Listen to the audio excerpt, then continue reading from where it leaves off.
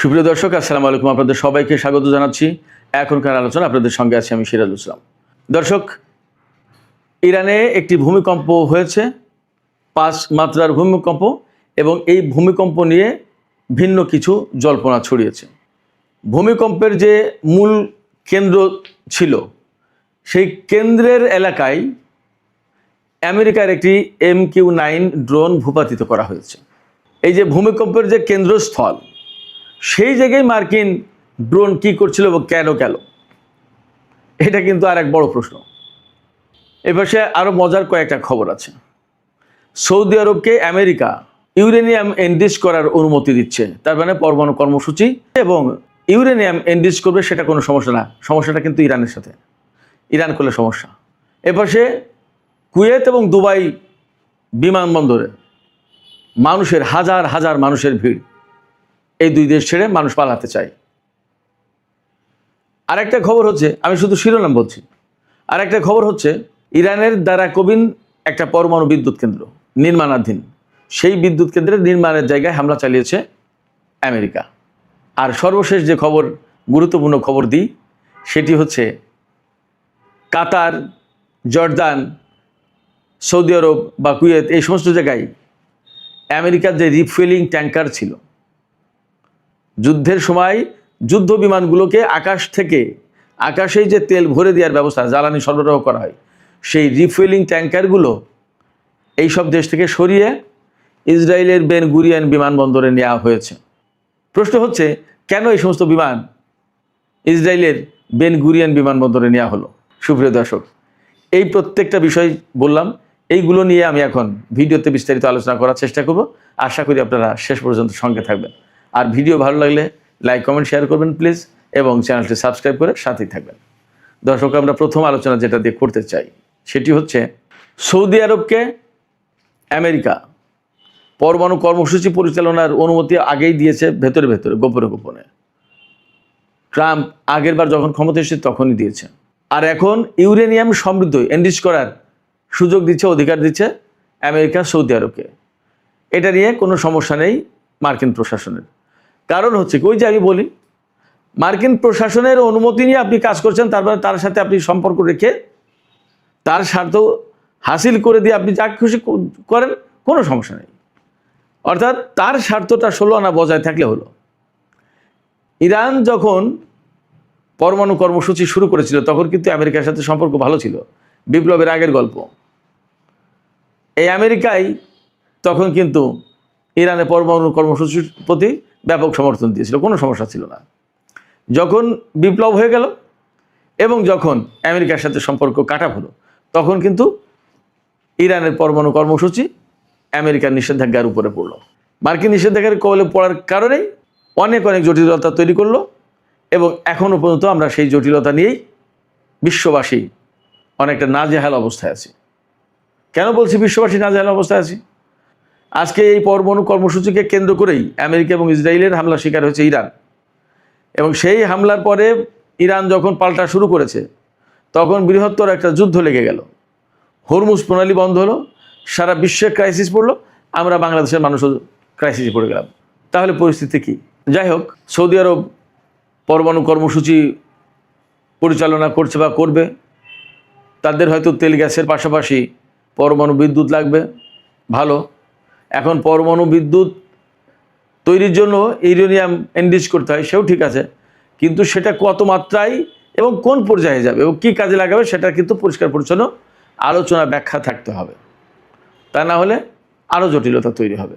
Saudi আরব যখন এই পরমাণু কর্মসূচি পরিচালনা করতে যাচ্ছে, ইউরেনিয়াম সমৃদ্ধ করতে যাচ্ছে, তখন আরেকটা দিকে বিশ্ববাসীর বিশেষ নজর থাকবে যে মধ্যপ্রাচ্যে কি পরমাণু কর্মসূচি বা পরমাণু অস্ত্রের প্রতিযোগিতা বেড়ে যাচ্ছে কিনা, বা পরমাণু অস্ত্রের প্রতিযোগিতা শুরু হবে কিনা। এপাশে ইরান আমেরিকার মধ্যকার যে যুদ্ধ, সে যুদ্ধ কিন্তু চলছে। গত রাতেও কম বেশি যুদ্ধ হয়েছে, তবে যতদূর তা বুঝতে পারছি যে আগের রাতের চেয়ে যুদ্ধের মাত্রাটা কম, এবং ইরানের পক্ষ থেকে পরিষ্কার করে বলা হয়েছে, ইরানের বেসামরিক কোনো লক্ষ্যবস্তুতে যদি আমেরিকা বা কেউ হামলা চালায়, বিশেষ করে দুবাই যদি এ ব্যাপারে কোনো রোল প্লে করে, তাহলে দুবাইয়ের যে আন্তর্জাতিক বিমানবন্দর, জেবাল আলী সমুদ্র বন্দর, ফুজাইরা বন্দর এবং আবুধাবির বিমানবন্দর, এ সমস্ত সব কিছু একদম ধ্বংস করে দেবে ইরান একদম পরিষ্কার বলেছে।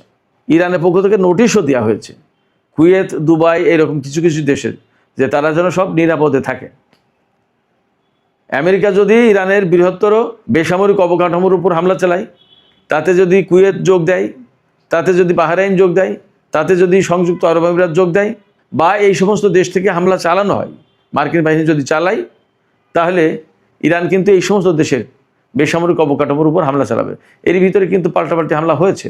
ইরানের পানি সংরক্ষণাগারে হামলা চালিয়েছে আমেরিকা। ইরানও কুয়েত এবং বাহরাইনে ওয়াটার ডিস্যালিনেশন প্রজেক্টে হামলা চালিয়েছে। এখানে আমেরিকা ইরানের অবকাঠামো ধ্বংস করছে, আর ইরান ধ্বংস করছে এই অঞ্চলে আমেরিকার মিত্র দেশগুলো।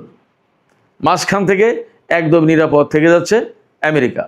এখানে মধ্যপ্রাচ্যের দেশগুলোর বোঝা উচিত, বা তাদের কৌশল ঠিক করা উচিত, যে আসলে অঞ্চলের স্বার্থ দেখবে নাকি আমেরিকার স্বার্থ দেখবে, ইরানের সাথে শত্রুতা করবে নাকি মিত্রতা করবে। এই সমস্ত নতুন করে ভাবার মনে হয় সময় এসেছে। এবার সে আমেরিকা ইরানের উপরে ব্যাপক ভিত্তিক হামলা চালানোর জন্য গত কয়েকদিন আগেই বেশ কিছু যুদ্ধ বিমান এবং রিফুয়েলিং ট্যাঙ্কার বিমান এনেছে, এবং এইগুলো জর্দানে অনেকগুলো মোতায়েন করেছিল। আপনারা সবাই দেখেছেন কি ব্যাপক ভিত্তিক প্রতিরোধ যুদ্ধ চালিয়েছে ইরান গত কয়েকদিন, এবং তাতে আসলে আমেরিকার অনেকগুলো রিফুয়েলিং ট্যাঙ্কার ধ্বংস হয়েছে। যুদ্ধ বিমান, হেলিকপ্টার তো ধ্বংস হয়েছে, আজকের দুপুরে ভিডিওতেও আমি বলেছি। এই যে রিফুয়েলিং ট্যাঙ্কার ধ্বংস হয়েছে, এক একটা বিমান তো অনেক বড় বড় এবং বিরাট ব্যাপার, কৌশলগত দিক দিয়ে খুবই গুরুত্বপূর্ণ। একটা রিফুয়েলিং ট্যাঙ্কার কয়েকটা যুদ্ধ বিমানকে জ্বালানি সরবরাহ করতে পারে আকাশে। আবার এত বড় বড় বিমান তো অনেকগুলো রাখাও মুশকিল। সেক্ষেত্রে অল্প সংখ্যক বিমান অধিক সংখ্যক বিমানকে যুদ্ধক্ষেত্রে তেল সরবরাহ করার ব্যবস্থা করে থাকে। এর ভিতরে দেখা যাচ্ছে যে ইরানের ড্রোন এবং ক্ষেপণাস্ত্র হামলায় অনেকগুলো বিমান নষ্ট হয়ে গেছে, এই রিফুয়েলিং KC-135 এবং KC-46 এই মডেলের বিমান।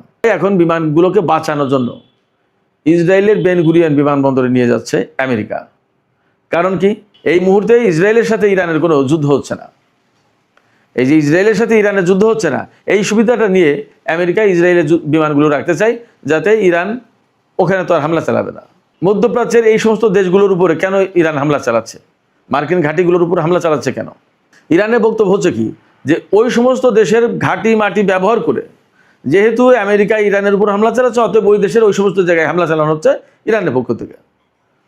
ইসরায়েলের বিমানবন্দর ব্যবহার করে যদি আমেরিকা ইরানের উপর হামলা চালায়, তাহলে ইসরায়েলের ওই সমস্ত বিমানবন্দরে হামলা চালাবে ইরান। তাতে ইরানের ভয় পাওয়ার কোনো কারণে ভয় পাবে না, এবং এ নিয়ে কোনো সিদ্ধান্তহীনতায় ভুগবে না। আমার ব্যক্তিগত পর্যবেক্ষণ বা ব্যক্তিগত অভিমত এটা। আপনারা কি মনে করেন আপনারা বলতে পারেন দর্শক।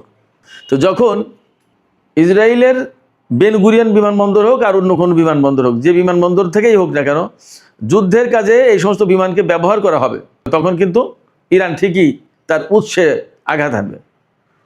তাহলে আবার নতুন করে ইসরায়েলের এই যুদ্ধে জড়িয়ে পড়ার, প্রকাশ্যে জড়িয়ে পড়ার একটা প্রশ্ন কিন্তু বা সম্ভাবনা, আশঙ্কা তৈরি হচ্ছে।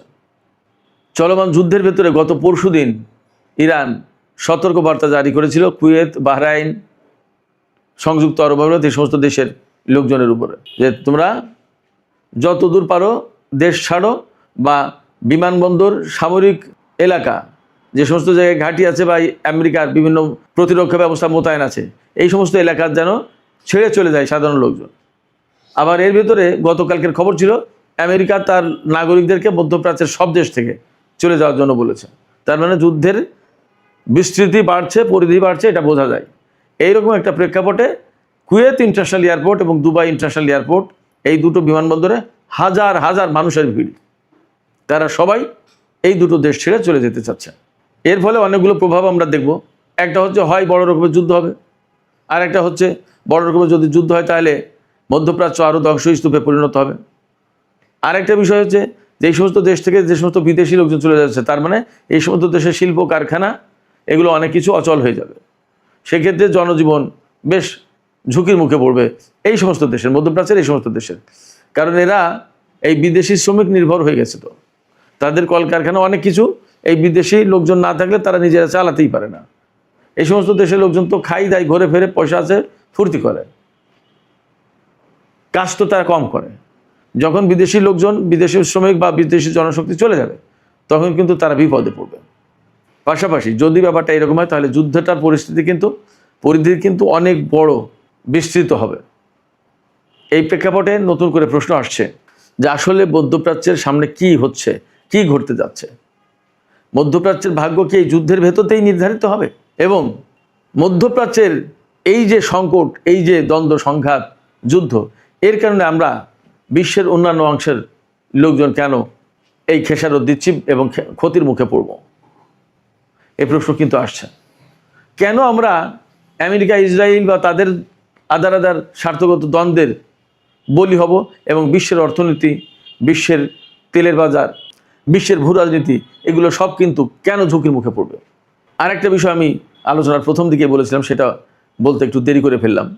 সেটা হচ্ছে ইরানের খুজেস্তান প্রদেশে কাহালুয়ে এলাকায় ভূমিকম্প হয়েছে। ভূমিকম্পের মাত্রা 5 রিক্টার স্কেলে 5 মাত্রার ভূমিকম্প হয়েছে। এই ভূমিকম্পের পর অনেকেই ধারণা করছে, অনেক জল্পনা গুজব ছড়িয়ে পড়েছে যে ইরান নাকি পরমাণু বোমা পরীক্ষা করেছে, পরমাণু বোমা পরীক্ষার কারণে এই ভূমিকম্প।